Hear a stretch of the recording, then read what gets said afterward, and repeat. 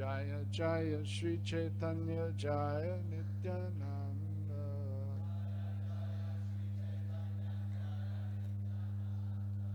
Jaya Jaya Sri Chaitanya Jaya Nityananda.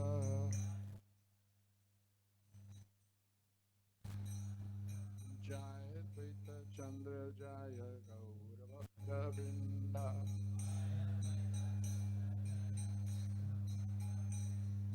Jaya Dvaita Chandra Jaya Gaura Bhakta Vrinda.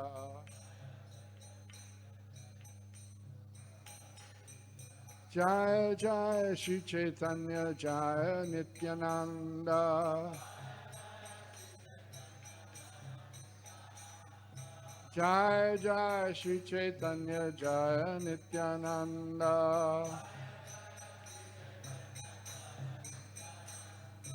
Jaya Dvaita Chandra Jaya Gaura Bhakta Vrinda. Jaya Dvaita Chandra Jaya Gaura Bhakta Vrinda.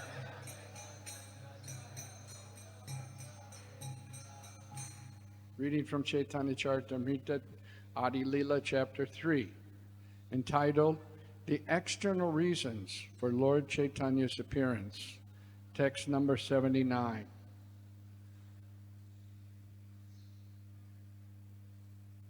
Koti Ashvamedha Ek Krishna Nam Sam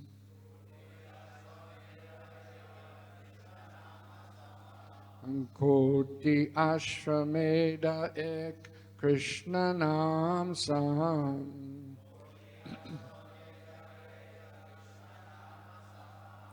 Koti Ashvamedha Ek Krishna Nam Sam Je kahe se pashandi dande tareyam Je kahe pashandi dande tarejam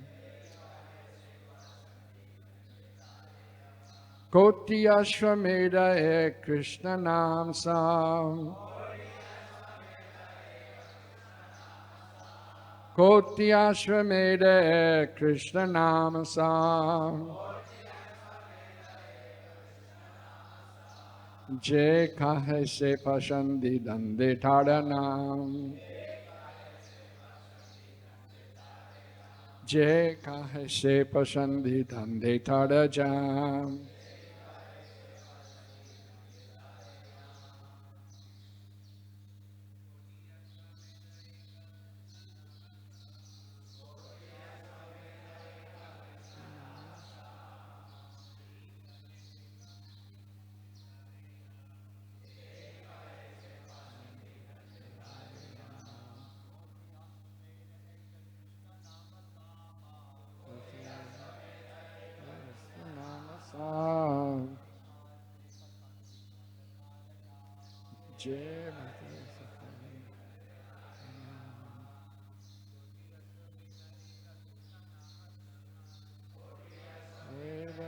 Krishna Nama Sam Je kahe se pashandi dhanre tahana. Ladies?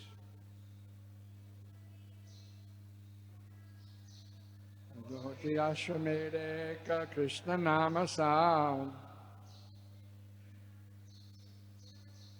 Je kahe se pashandi dhanre tarajam.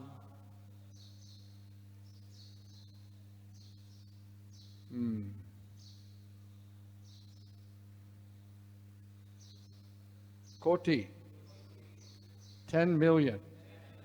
Ashvamedha, horse sacrifices. Ek, 1. Krishna, of Lord Krishna. Nam, name. Sam, equal. Equal to. J, one who. Kahe, says. Se, he.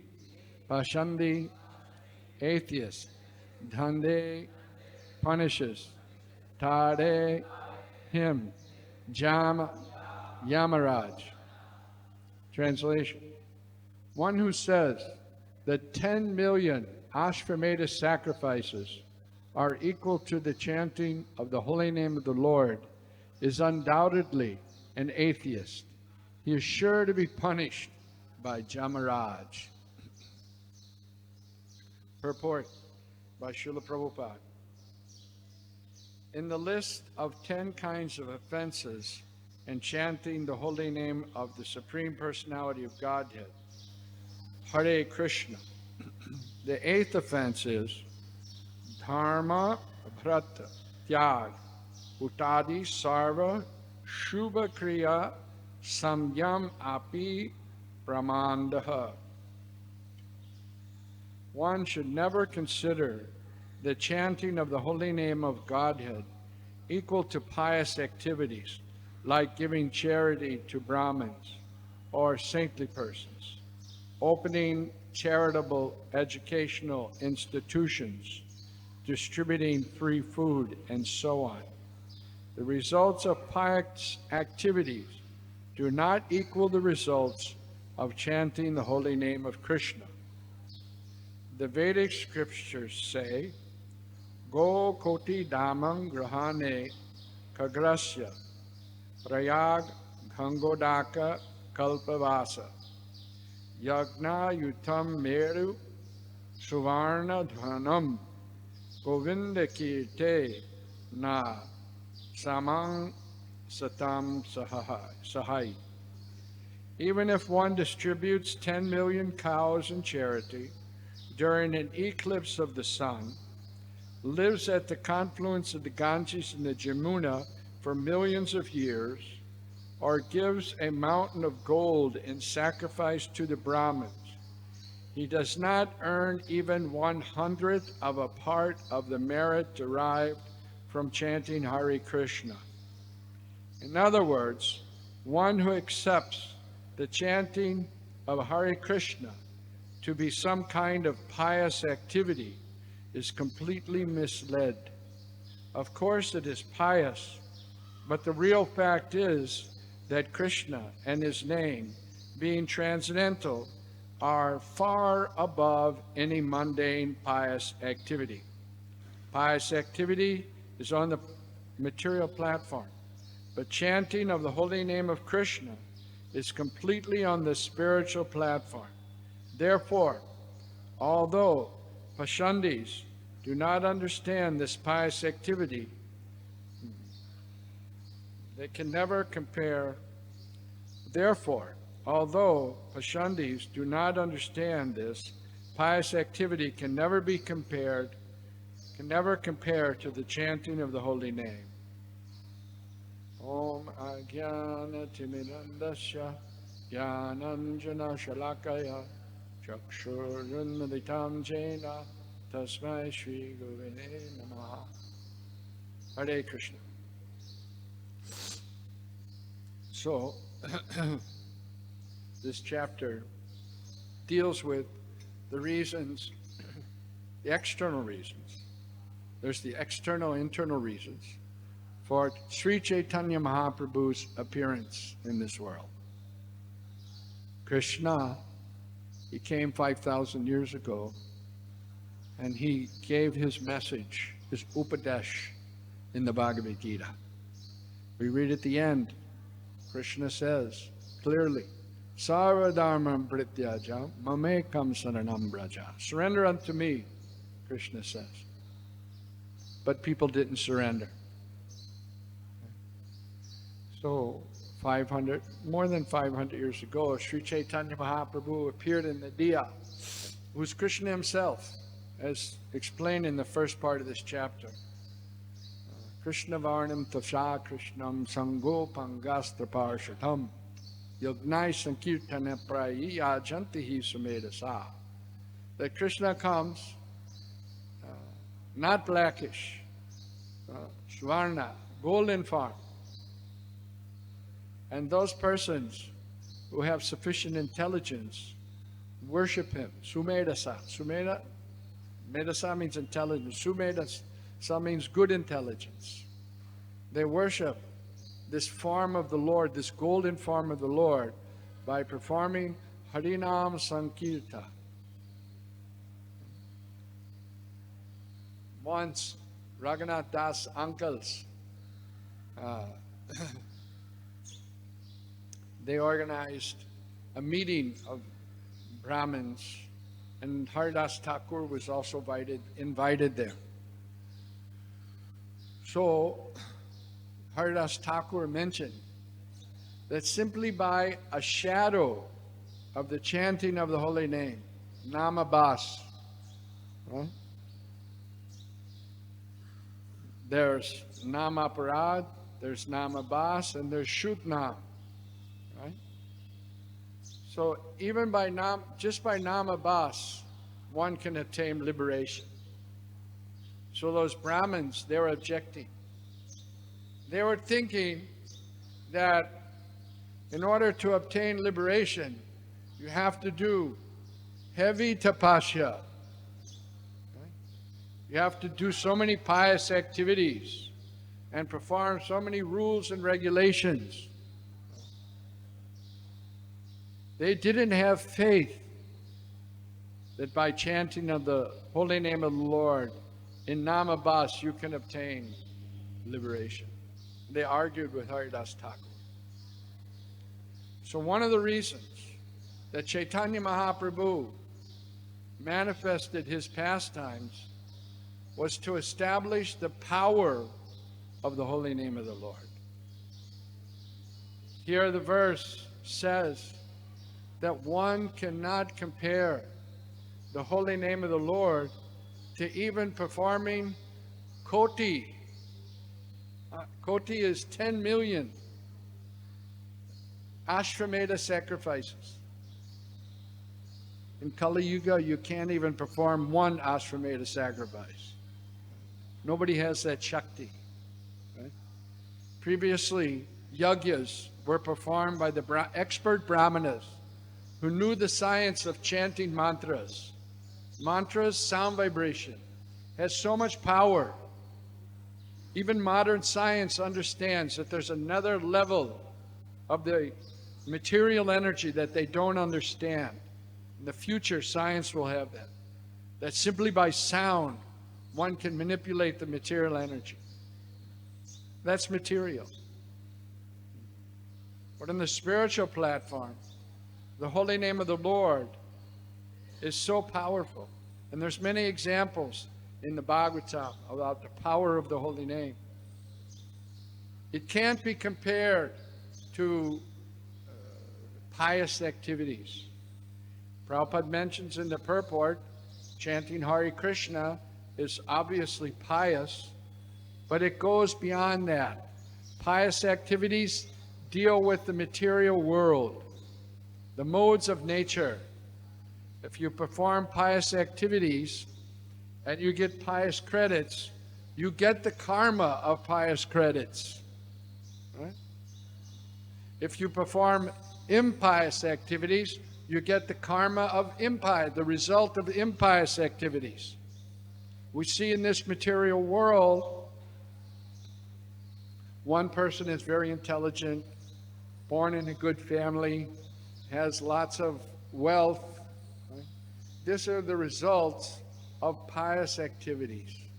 Another person, homeless, poor, not very intelligent, right? The result of impious activities. So whether it's pious activities or impious activities, it's something that deals with this material world. So the holy name and chanting the holy name goes beyond that. But a lot of people don't understand that. They're attracted by the ritualistic performances of the Vedas, performing yagyas. Right? They're attracted by that because by performing these yagyas, one obtains elevation to the heavenly planets. Elevation to the heavenly planets is within the framework of this material world. Some religions talk about be good, go to heaven. Be good, go to heaven. Right? If you're bad, you'll go to hell. But if you're good, you'll go to heaven. And that's their ultimate goal, get to heaven. Well, what is the value of that? What they don't understand, heaven is not permanent, neither is hell. You go there and play out your karma. For pious activities, you can go to Svarga. For impious activities, you go down to the hellish planets. Some people say, oh, I don't believe there's any hellish planets. I don't believe that. It doesn't matter what you believe. You may be blind and you can't see the sun. Doesn't mean there is no sun. Right? We have information that there are hellish planets. There's hellish situations even in this material world. Right? In Africa, there's so many lions. Okay? And they hunt. And sometimes they catch an animal like a zebra. Okay? And there's like 5 or 6 lions. They tear apart the zebra and eat him alive. That's pretty hellish, right? So if we can see such hellish situations right here in this material world, right before your eyes, why can't we hear of information from Srimad Bhagavatam that there's other places that are even more hellish than that? Knowledge has to be taken from the bona fide authority. And that's the Srimad Bhagavatam. The cream of all the Vedic literatures. The Amala Puran, which deals with just the sunam bonum of life, the ultimate goal of life. And not with anything that is in relationship to this material world, like pious activities, sinful activities. At the end of the 5th canto of Srimad Bhagavatam, Maharaj Parikshit was hearing from Shukadeva Goswami about the different hellish planets. So many different hellish planets are there. So in the beginning of the 6th canto, he said, this performance of prayaschitya, to become free from sins, so that one doesn't go to the hellish planets. He said, it appears to me as not very intelligent. It seems like an elephant going to take a bath. The elephant goes to the river and bathes very nicely, then comes out on the bank and takes dust and throws it all over himself. So this counteracting of sinful activities by some prayaschitya, right? It's there in other religions. I'm from a Catholic background. So if you perform some sin, one day a week you go to the priest and you go to inside the confessional, and there's a little screen and the priest is on the other side of the screen, and you say, bless me, Father, for I have sinned. And you tell all your sins. And then the Father says, okay, say 5 Our Fathers and 5 Hail Marys, and you're free from your sin. So many persons, they become professional sinners. They confess their sins on Sunday, and Monday they're back out there again.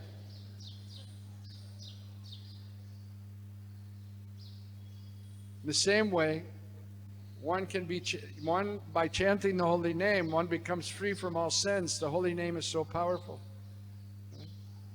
But you can't use that holy name just to become a professional sinner. Commit all sins and chant Hare Krishna, Hare Krishna, and then again commit sins. No. Jagai and Madhai, the most sinful. There wasn't any sin they didn't commit. They were so sinful, Jagai and Madhai. who's that person that keeps the record for Yamaraj? Chitragupta. He couldn't keep up with them. He keeps track of everyone's sins, but Jagai Manai, they couldn't keep up. So sinful.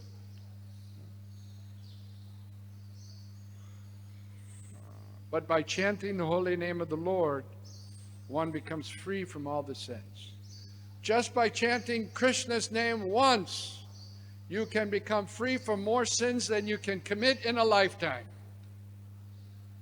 But if you have the mentality that by chanting the holy name, Hare Krishna, Krishna Krishna, Hare Hare, Hare Ram, Hare Ram, I can go on committing my sins, then that is offensive. That's offensive to the holy name. It's offensive to Krishna. Krishna's holy name is very powerful. Devotional service begins by chanting the holy name of Krishna. And by continuing to chant the holy name of Krishna, one can be elevated to the highest goal of life. Unfortunately, people don't know what is the highest goal of life. They're after elevation to the heavenly planets. That's why they're attracted by yagyas, ritualistic ceremonies. People are ready to pay money to sit in the yagya, right? So they can accrue pious credits, so they can enjoy in the heavenly planets. But the devotees of the Lord, they're situated in knowledge. They know that in this Kali Yuga, the yagyas have no effect. No effect. Why? Because neither qualified Brahmins, neither is there pure ingredients. Yagyas, how were they started? They took a piece of aranya wood, they chant a mantra, and the fire starts. That's yagya. Not that you put some, camphor and put a match to get the fire going. It's not yagya, right? The power of the Brahmin's ability to chant the mantras was tested by Ashvamedha yagyas, where the horse enters the fire and comes out with a new body. This Ashvamedha, Gomeda. But no one can do it. Therefore, in Kali Yuga, Ashvamedha, Gomeda yagyas, they're banned. So what has power? Where is the power? The power is in the chanting the holy name of the Lord. Srimad Bhagavatam narrates the history of Ajamil. Ajamil was a great sinful rascal, very sinful. He was 85 years old, he had a son. He was married to a prostitute and performed all kinds of illegal activities just to support that prostitute. But due to his Brahminical training in his early life, he was the son of a Brahmin family, but he rejected all that to take up habituating with a prostitute. But due to that influence, he named his son Narayan. So at the time of death, when the Yamadutas were taking him away, he saw their hideous features, and he chanted out. He saw his son sitting there, Narayan. Actually, he called for his son. He called for his young son. But nonetheless, because he chanted the holy name of the Lord Narayan in a helpless condition, immediately the Vishnu Dutas came. And they said, you can't take him. No. He chanted them. And then the Yamadutas argued, what? This guy's a sinful rascal. We're ordered by our leader, Yamaraj. Who are you people? How can you stop us? This is our duty. And the Vishnu Dutas explained, no, it's not possible to say, he chanted the name of Narayan. He's not under your jurisdiction. This is the power of the holy name. Chaitanya Mahaprabhu specifically, or at least externally, came to teach people the power of the holy name of the Lord. There's a nice example. Srila Prabhupada talks about it in the 6th canto, 3rd chapter of the Srimad Bhagavatam, wherein he talks about this very fact. When Srila Prabhupada opened the Krishna Balaram temple in 1975 on Ram Navami, I had the good fortune of being there. Krishna's grace. We went to Mayapur, and from Mayapur, after Mayapur, we took a train to Hyderabad. And that train stopped in Cuttack, and we stopped in Visakhapatnam, Vijayawada. And when the train stopped in Visakhapatnam, one of Prabhupada's godbrothers got on the train. Bhakti Vaibhav Puri Maharaj. So Bhakti Vaibhav Puri Maharaj was a very good friend of Srila Prabhupada. Right? And he brought on the train, it was all devotees. We had a whole bogie. Booked out the whole bogie, only devotees.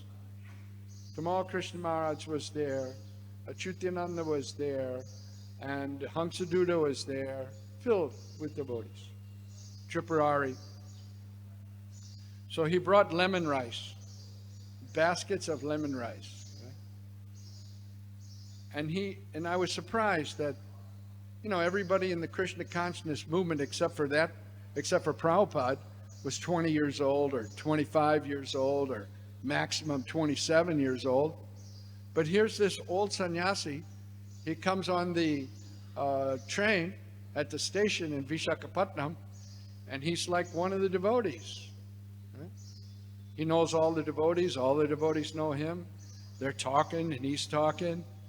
I was a new devotee. I didn't know who he was, but I could see that he was a very effulgent person. So with his own hand, he gave everybody a leaf plate, and then he gave everyone the lemon rice. And when you're riding on the train, you don't eat outside things. You have nothing. That was very welcome, that everybody enjoyed that lemon rice.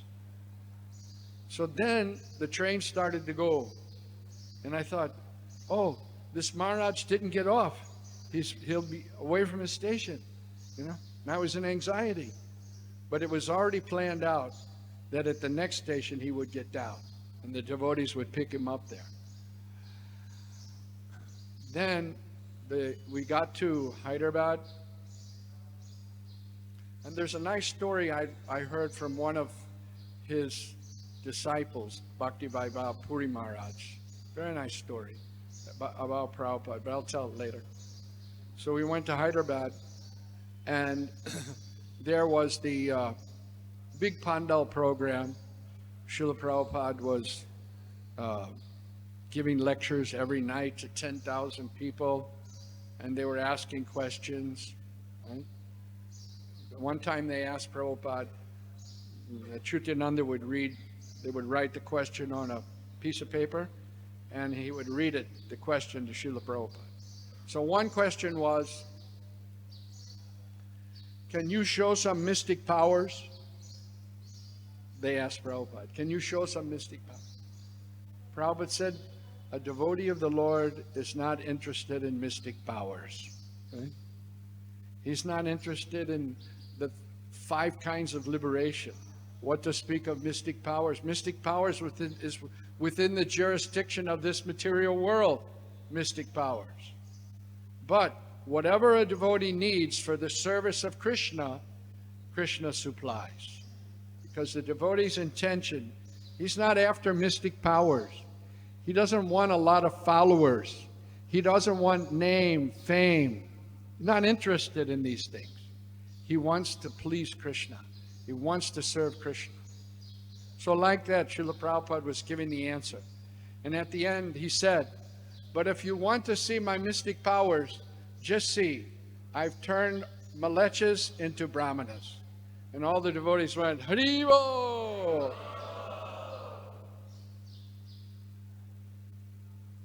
From there we went to Vrindavan. And in Vrindavan, the Krishna Balaram opening ceremony was going on. And Srila Prabhupada explains that he intentionally invited the local brahmanas to perform the installation ceremony. Right? Srila Prabhupada said that actually the devotees, at the same time the ceremony was going on, there was a kirtan. And the kirtan was the main thing. Right?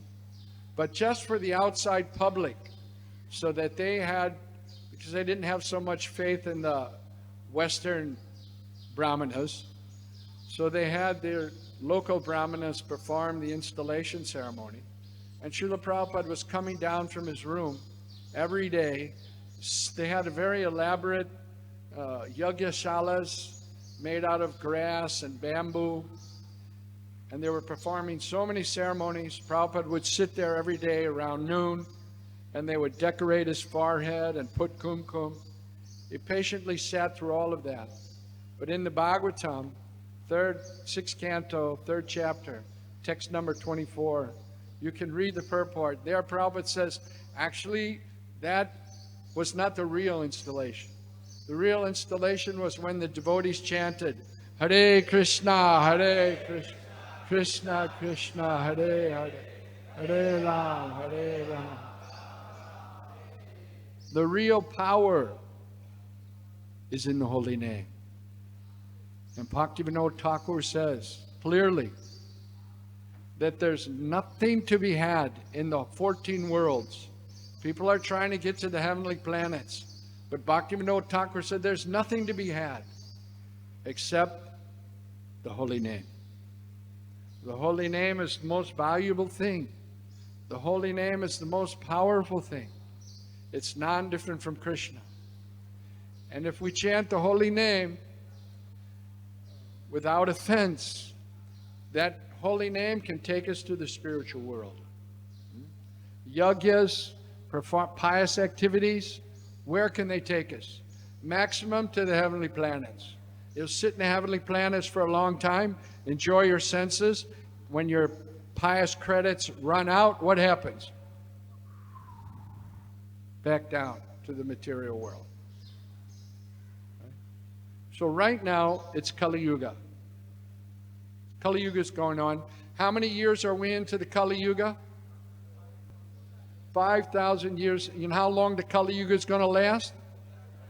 400,000 years. Okay? 400,000 years of Kali Yuga. Just see how bad it is. Pakistan's got the bomb. China's got the bomb. Russia's got the bomb. America's got the bomb. Everybody's got the bomb. How insignificant are we? You drop one of those bombs in Bandra, and Bombay will cease to exist.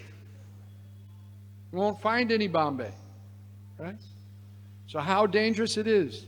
Can you imagine 400,000 years from now in Kali Yuga how dangerous it will be? Huh? So people are trying to go to the heavenly planets. They go up there, they live for 100,000 years, which is a long time, no doubt, according to our calculation. But it's still just 100 years according to the demigods. And when their pious credits they come back, right?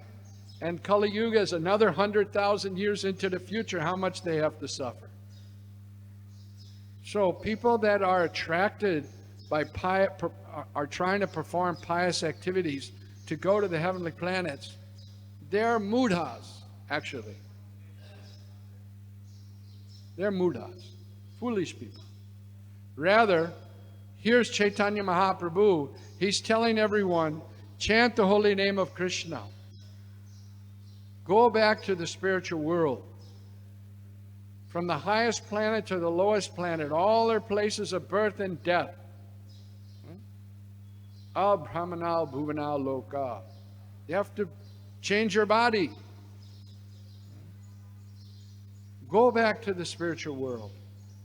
And that's possible in this age only and exclusively by Hare Nama, Hare Nama, Hare Nama Eva Kevalam, Kaloa Nasteva, Nasteva, Nasteva, Gatiranyata.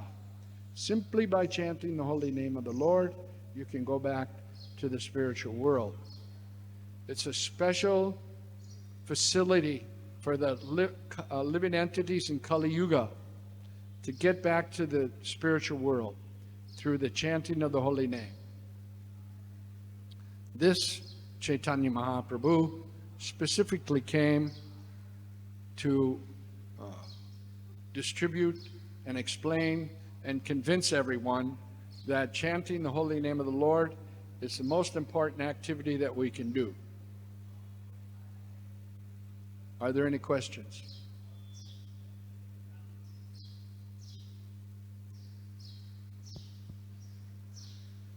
Hare Krishna, Prabhu. Hare Krishna. Thank you for a wonderful narration of Srila Prabhupada pastimes. My question is, like Srila Prabhupada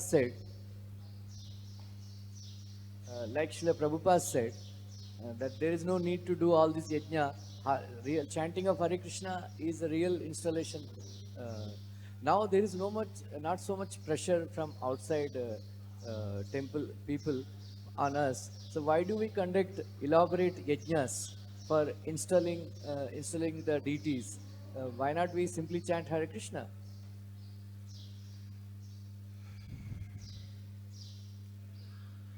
We do both.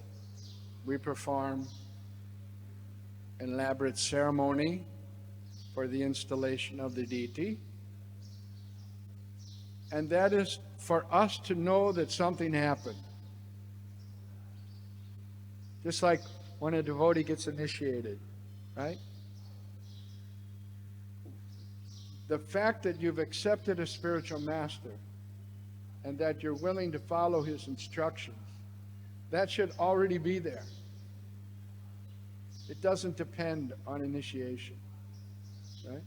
But just so that we know something happened, there's a yajna and the chanting of mantras and grains are offered to the fire, right? So in the same way, the installation of the deity is there. The main thing in that deity worship, in that installation, is the chanting of the Maha Mantra. Hare Krishna, Krishna Krishna, Hare. The installation ceremony has meaning, it has significance, but without the holy name, it won't be complete. It won't be meaningful and it won't have significance. So the blend has to be there of both. Just like when Srila Prabhupada installed Jagannath Baldev Subhadra in San Francisco temple, Prabhupada said, you just offer a candle and then while chanting Hare Krishna. Yes, that's true. Even Radharasbihari, when they were installed in Juhu Beach, not Juhu Beach, Girgaon Chopadi Beach. Wow. And what did Prabhupada do? He did arati. They installed.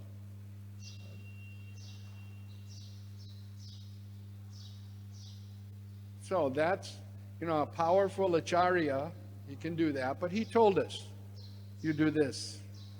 You do this, you do it according to Hari Bhakti Vilas, you do like that. He can do it, right? Even without arati. He can just say, my dear Lord, stand here, and the Lord is there. So powerful. But we should do as he said. And he said, understand the kriyas from the Hari Bhakti Vilas, etc., and you perform those. Did he say that? I didn't know. Oh, he did. He did himself. If you look at videos from the Radha Londoneshwar, not Radha Parasheshwar, he's performing the bathing ceremonies, in guiding the devotees what to do, right? So he gave instruction to Jayatirtha that you can search out, and he wrote one book, Archana Padati, how to do things more elaborately. In the beginning, he didn't give Shalagram Shila. He didn't. He said they're not ready yet. When they become ready, we'll institute. Right? And then at some point, he allowed the devotees to worship the Shalagram Shila. And then they researched how to do it properly. Even in Amsterdam, Prabhupada was arranging, Prabhupada told them to arrange the Havan, and they didn't arrange properly. And then Prabhupada was very angry. Then one hippie comes and tells, Swamiji, why are you becoming angry? Chant Hare Krishna. And then Srila Prabhupada started chanting Hare Krishna. In Tokyo, they celebrated Vyasa-Puja way back. And they didn't know much what was Vyasa-Puja. So Prabhupada said there should be Pushpanjali. So the devotees thought, what's Pushpanjali, you know? They thought it was some kind of rice, you know? So they made some Pushpanjali rice. They brought it to Prabhupada. He said, what is this? No, Pushpanjali. No, flowers. Offering of flowers. Right? So you can imagine the patience of Srila Prabhupada, that he was dealing with people that didn't have a clue, but yet he brought them up slowly. Harisari explains how Prabhupada, he brought a pitcher of water and a glass, poured the water, Prabhupada drank the water, put the glass, and then he was picking up the glass and the pitcher at the same time. And Prabhupada said, no, first take the glass, wash it, put it back, put it away, and then come get the pitcher so your hand's clean, you don't contaminate the whole pitcher, right?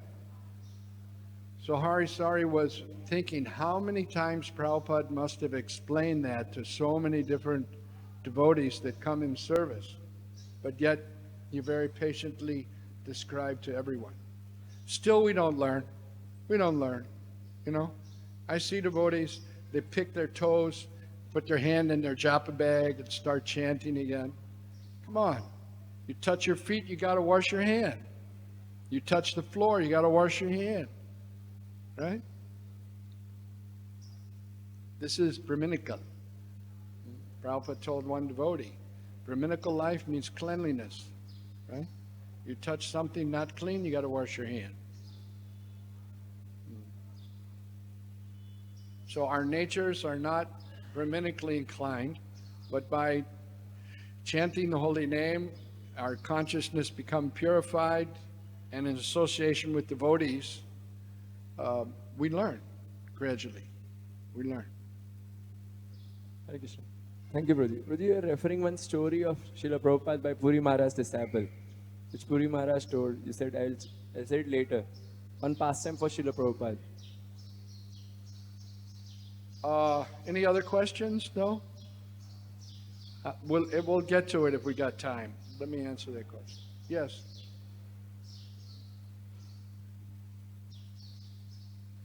Hare Krishna, Prabhuji. In this, it is written that pious activity is not equal to chanting of Hare Krishna.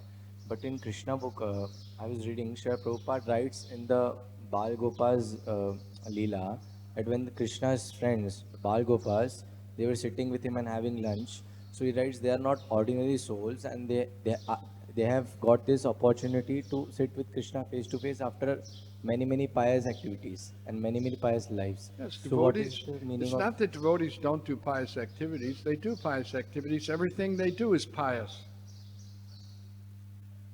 Getting up, taking a bath, going to Mangala, it's pious, right?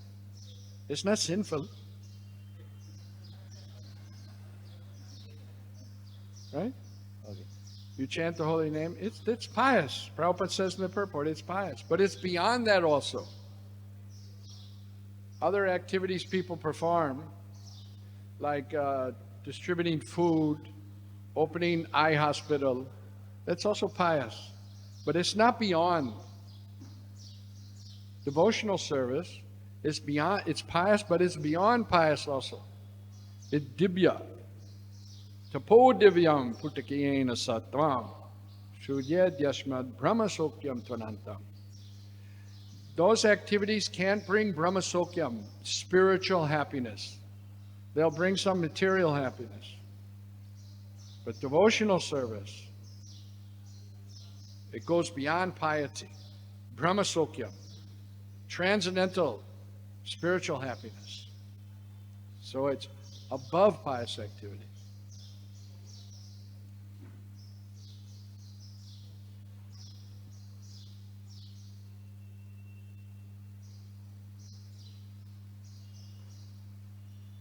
That person had a question. Hare Krishna Prabhu, thanks for the great class. Sorry, I joined midway. You mentioned about going to the heavenly planets and then coming back when it's really terrible here. One thing is, whenever we go travel within Mumbai or any city for that matter, so I'm from Bangalore, so any city we travel, we have beggars coming and asking, people who are less fortunate coming and asking for food or other some money. They ask for money typically. Now, ideally, yes, if we have some banana, some prasadam, offered banana, we give it. But many times we don't have it handy, offered banana or something. So in those situations, can we give some money after offering it to the picture of the Lord or something like that? Will that be purified? Or will that go against my name as a pious credit that will be held against me? And so can I give like a 10 rupee note or 20 rupee note after offering it to a picture of the Lord? You can. But better you remember to bring the prasadam. Sridhar Swami, whenever he used to go downtown, he always had a dibbi of the peras. So when the beggars would come to the window, he would make sure they got some prasadam. You know, but there's nothing wrong with if you have some money, you can give them some money. That's okay. It's not wrong, right? But you never know what they're going to do with the money. They might go out and buy some fish or meat or something. You don't know, right? So safe thing is, give them some prasadam. Rajahari Prabhu? Actually, this is not okay to just give money to the beggars, because beggars, they will use for drinking and alcohol, many other things. And now, recently one article came, one IIT fellow, he started one begging business.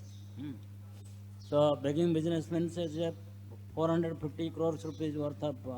He made a union for the beggars. Yes, yes.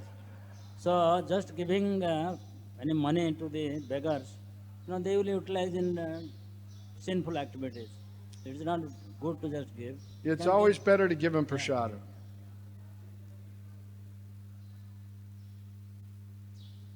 Yes.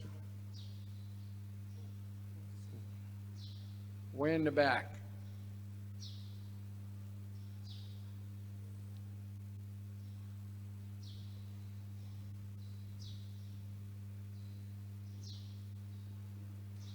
हरे कृष्ण प्रभु जी, बहुत बहुत धन्यवाद प्रभु जी। दो प्रश्न हैं। एक है, जब अजामिल ऐसे तो बार बार नारायण नारायण पुकार रहा था अपने बच्चे का नाम, आओ नारायण खा लो पी लो बैठो, वो नारायण नाम जप करने में और जब अंतिम समय में नारायण नाम जप करने में, दोनों में क्या अंतर हुआ? He was chanting all the time to his son Narayan, and he also chanted at the time of death. So what's the difference? Well, there was an accumulated effect. Somebody has to translate for him. There was a cumulative effect, and that's the benefit of actually the Vedic culture, is that parents name their children with spiritual names. The Ajamil, although he became sinful, he was from a Brahmin family, and due to that bit of Brahminical culture, he gave his son the name Narayan. So he was always saying, Narayan sit, Narayan eat, Narayan come. right? And that way, definitely he was accruing some transcendental benefit by chanting the name of Narayan, even though he was just calling his son, right? I know that when we first came to India, people would criticize us, you know, and especially when there was that movie, a nun. What was that? Hare Krishna, Hare Ram, Damaradam, Subesham, Hare Krishna, Hare Ram, Damaradam. So we'd go down to Juhu beach and they'd be joking with us, you know, Damaradam, Hare Krishna. But they were getting benefit. They were getting benefit. They were becoming pious. They were becoming purified, even by chanting the holy name jokingly. But at the end of his life, Ajamil was in complete helplessness. And in that mood, he chanted the name of Narayan. And that was the kicker. He didn't go back to Godhead, but he didn't die. He got another chance.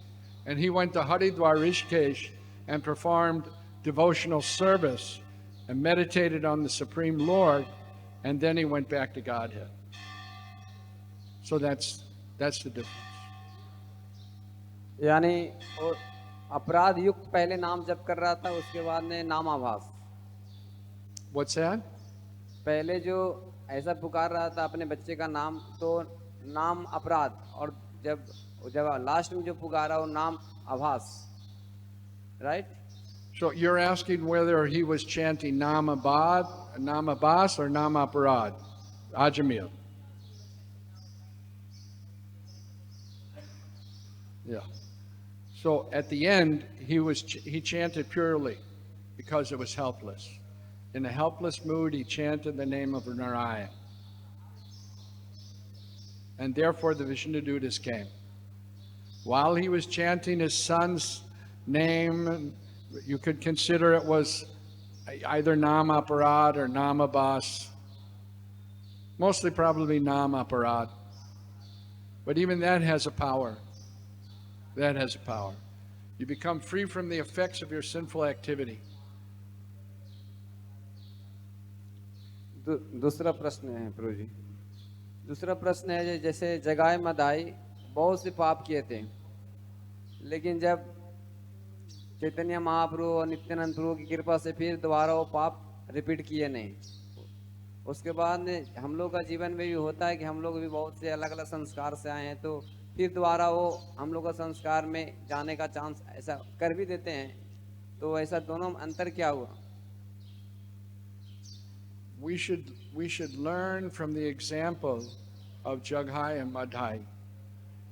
Jaghai and Madhai were very sorry that they had committed those sinful activities.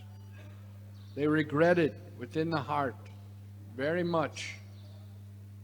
And they took up some very simple seva. There's a place in Mayapur called Jagai Madai Ghat. Right? So they would be there on the Ganges, and they would clean the ghat. After people would come, take their bath, they would clean every day very nicely the ghat for the benefit of the pilgrims. In that way they were doing seva for the devotees. Right? So we should learn by that example.